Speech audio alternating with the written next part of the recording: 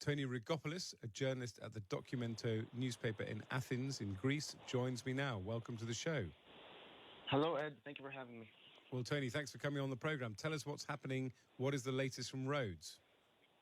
Well, we are living through some really devastating days here in Greece. It's less than a week since the wildfires that affected areas in the outskirts of Athens, and now we have this huge fire on the island of Rhodes, which has scorched a big percentage of the island. Now, the wildfire has been burning out of control for 6 consecutive days. It has affected a large part of the island's dense forests and as well as touristic areas, of course, as you said, by the sea on the east side of the island. About 10% of the island has been affected. We're talking about more than 40,000 acres being burnt down to ashes right now. Most of those areas are affected and remain without electricity until now. Earlier today, there was a resurgence of the fire close to the village of Kyotari, and generally there are 3 major fire fronts that are concerning the fire service mostly right now. Now, it is important to stress the fact that those areas are very difficult for firefighters, planes and helicopters to approach. While at the same time, Greece has practically no forest firefighting service since 1998.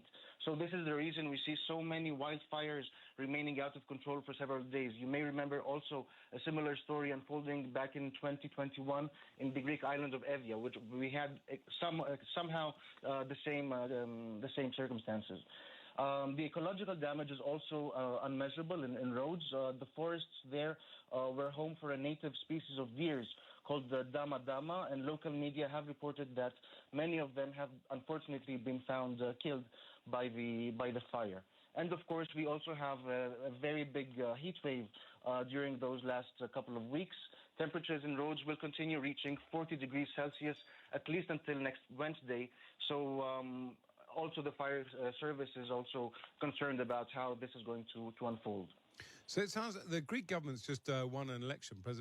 Prime Minister Mitsotakis has just won an election. But surely, I don't want to belittle the horror that's going on at the moment. But when you mentioned that the Greece hasn't had a forest firefighting service since 1998, this is going to be a massive political scandal, isn't it? It should be, if you're asking my opinion, it should be a massive political scandal. But unfortunately, we've seen such fires taking place almost every year in Greece. And apparently, while the climate crisis is growing, those fires are becoming even more destructive.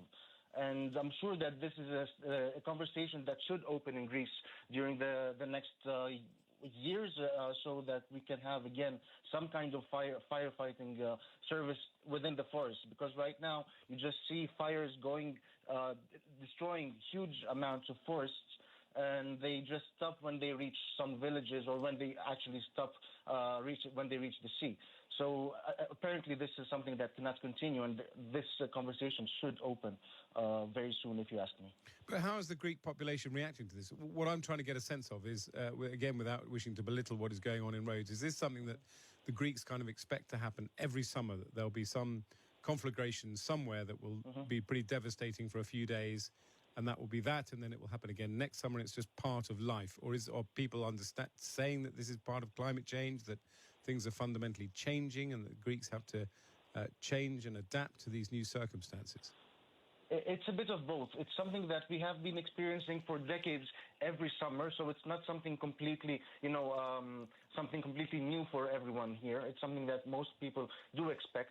But it is the difference is that during the last years, the fires they just never go out. They go out when they reach the sea. So at this point, I think it's becoming more and more intense to find answers as to how to stop those fires before they grow so big. And in this case, it was like it's been 6 days since it started burning. So it's a huge problem. Of course, the climate crisis is also an issue that's been opening in Greece right now. Does it affect Greek politics? Do Greek politicians who are saying that we must tackle climate change, do they get more popular support, or are there Greek politicians that are still saying climate change isn't happening, this is just part and parcel of Greek weather, if you like? It's not really popular in Greece to say that